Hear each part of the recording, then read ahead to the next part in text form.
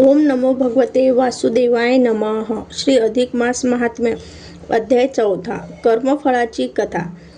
श्री विष्णू म्हणाले, लक्ष्मी, पौलव्याची कथा आणि गोदानाचे महत्त्व तुला मागील अध्यायात सांगितले। आता या अधिक महिन्यात यथाशक्ती पुण्यकर्मे करून काहीतरी वस्तू, वस्त्र, अन्न आणि पात्र वगैरे जे दान द्यायचे ते ब्राह्मणास, जावयास दिल्याने मोठे पुण्य लाभते। माणसाने आपल्या पारलौकिक कल्याणासाठी अधिक महिन्यात भगवान पुरुषोत्तमा प्रित्यर्थ काहीतरी दान देऊन व्रत केले पाहिजे, नाही तर केल्या कर्माचे फळ आहेच। दान घेणारा ब्राह्मण सुशील, संतुष्ट आणि नेहमी समाधानी असा असावा। तो आपल्या धर्मचरणात पारंगत असावा। केवळ दुसऱ्याच्या द्रव्याची इच्छा करून आशा फळभूतपणे वागणारा असा नसावा। सदाचारी, सद्विचारी आणि सतत संयमाने वागून दुसऱ्याचे कल्याण इच्छिणाऱ्या अशा तेजस्वी ब्राह्मण किंवा संत सज्जन यांना अधिक मासात मुद्दाम निमंत्रण करून त्यांना सन्मानाने दान द्यावे।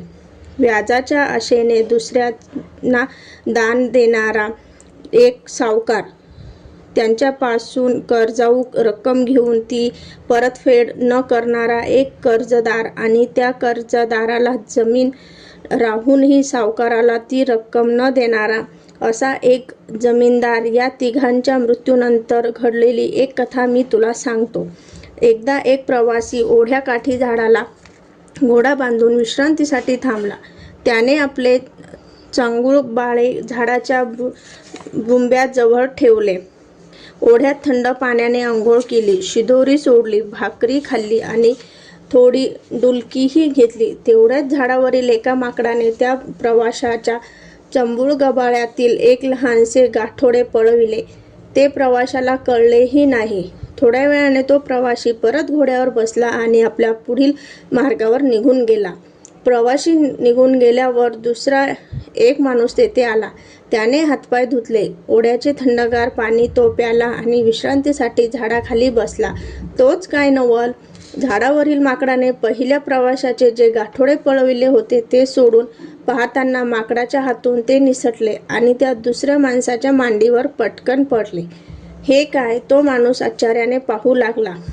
बापरे, सोने नाणे, दैवाची विचित्र लीला, देवाची देणगी। त्याने झाडावर पाहिले ते माकड वाकुळ्यात दाखवीत पळून गेले। मग त्या माणसाने इकडे तिकडे बारकाईने पाहिले तर तेथे कुणीच नाही। पटकन त्याने ते गाठोडे धोतरात बांधले आणि तो पटकन तिथून दूर निघून गेला। तेवढ्यात तिसरा एक इसम त्या ओढ्यावर आला। त्याने आंघोळ केली, तो भाकरी खात शांतपणे बसला। मग तो पहिला घोडेस्वार प्रवासी दौडत दौडत तेथे आला। धापा टाकीत घाबरेपणाने त्याने त्या भाकरी खाणाऱ्या इसमाला विचारले, काय हो, माझे एक गाठोडे येथे पडले होते, ते तुम्ही पाहिले का? घेतले असेल तर ते देऊन टाका।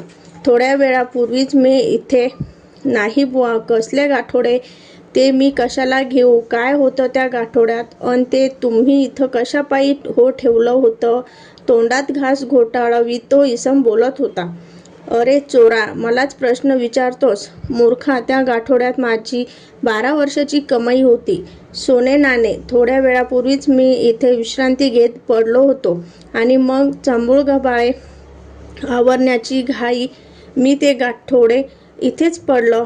कोसभर दूर गेल्यावर माझ्या ते लक्षात आलं। मग मी परत येथे आलो, पाहतो तर तू ते काही नाही, माझं ते गाठोडे तूच घेतलं आहेस। बऱ्या बोलानं ते माझं मला परत दे, नाही तर बघ जीवच घेईन तुझा। घोडेस्वार असा हातघाईवर येऊन त्या इसमाला दम देत होता।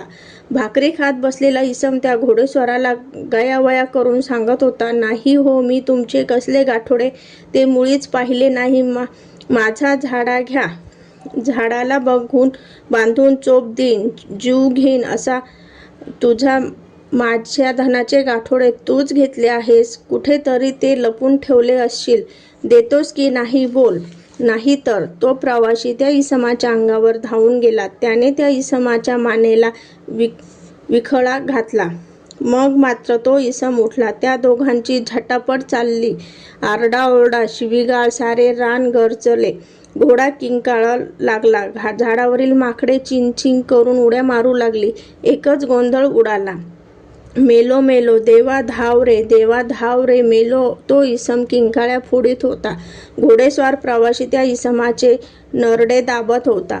दे माझे धन, दे माझे धन. नेमके त्याचे वेळी आकाशमार्गे नारद मुनींची स्वारी तिथून चालली होती. त्यांनी आश्चर्याने तो सारा देखावा पाहिला. त्यांना त्या ओरडण्याच्या इसमाची खूप दया आली. तो देवाला हाक मारित होता, देवा धाव रे. पण देव कुठे होता? नारद मुनी लगबगीने थेट वैकुंठात आले. त्यांनी मला विष्णूला ओढ्या काठावरील तो सारा प्रकार सांगितला आणि ते म्हणाले, प्रभू तुम्ही दीनांचे कैवारी आहात ना? त्या आरडांड राक्षसाने भाकरी खात बसलेल्या गरीब इसमाला गळा धरला आहे. तो इसम तुमचा धावा करतो आहे आणि तुमची दया, क्षमा, शांती कुठे गेली आहे? मी हसून म्हणालो, नारदा, अरे करावे तसे भरावे. या न्यायाने त्या ओढ्याकाठी तो तसा प्रकार चालला आहे. त्या बाबतीत मी काहीच करू शकत नाही. जे होत आहे ते व्हायलाच पाहिजे होतं. पूर्वजन्माची त्यांचा तो खेळ आहे. मग विष्णूंनी नारदाला त्या गोष्टीचा उलगडा केला. तो असा, त्या ओढ्याच्या काठावर मध्येच आलेला तो दुसरा प्रवासी म्हणजे पूर्वजन्मीचा तो एक सावकार होता. तिसरा भाकरी खात बसलेला गरीब इसम हा पूर्वजन्माची कर्जदार होता आणि जो पहिला घोडेस्वार प्रवासी तो पूर्वजन्मी याच गरीब इसमाचा जामीनदार होता. सावकार मध्येच आला. त्याने कर्जाऊ दिलेली पूर्वजन्माची रक्कम त्याला सहज मिळून गेली. अचानक धनलाभ झाला. त्याला खूप आनंद झाला. तो तिसरा गरीब इसम त्याच्यानेच पूर्वजन्मी सावकारापासून कर्जाऊ घेतलेली रक्कम परत फेडता आली नाही, म्हणून त्याला या जन्मी असा भरपूर मार खावा लागला. आता तो घोडेस्वार प्रवासी पूर्वजन्मीचा त्यांचा जामीनदार. त्याला या जन्मी 12 वर्ष कमाई करून धनाचा साठा करून त्या सावकाराची रक्कम अशा रीतीने भरून द्यावी लागली. तो त्या गरीब कर्जदाराला मारणारच. तेव्हा नारदा, ही ज्याच्या त्याच्या कर्मफळाची कथा आहे. यामध्ये देव आणि दैव काहीच करू शकत नाहीत. आणि विशेष म्हणजे या जन्मीचे ते तिघेही वाटसरू पूर्वजन्मी ब्राह्मण होते. म्हणून म्हणतो की ब्राह्मणांनी दुसऱ्याला धन देऊन व्याजाची आशा धरू नये, दुसऱ्यापासून कर्जाऊ का होईना द्रव्य घेऊ नये आणि फुकटचा मोठेपणा म्हणून कुणाला जामीन राहू नये. सदाचारी, संतुष्ट आणि समाधानी असेच ब्राह्मण दान देण्यास आणि घेण्यास पात्र ठरतात. अशा ब्राह्मणांना, संत सज्जनांना किंवा जावयाला दान देणे म्हणजे अधिक मासातील मोठेच पुण्यकर्म आहे. स्वतःच्या आचारधर्म पाळून कठोर तपश्चर्या करणाऱ्या पौल्लव ऋषीला देवसुद्धा भ्याले. त्यांनी गायीच्या शरीरात प्रवेश केला. म्हणून या अधिक मासात देवापेक्षाही ऋषी, ब्राह्मण, संत सज्जन आणि गोमाता यांना फार महत्त्व दिले आहे. यासंबंधी मृगराजाची कथा आता पुढील 5व्या अध्यायात आपण वाचणार आहोत.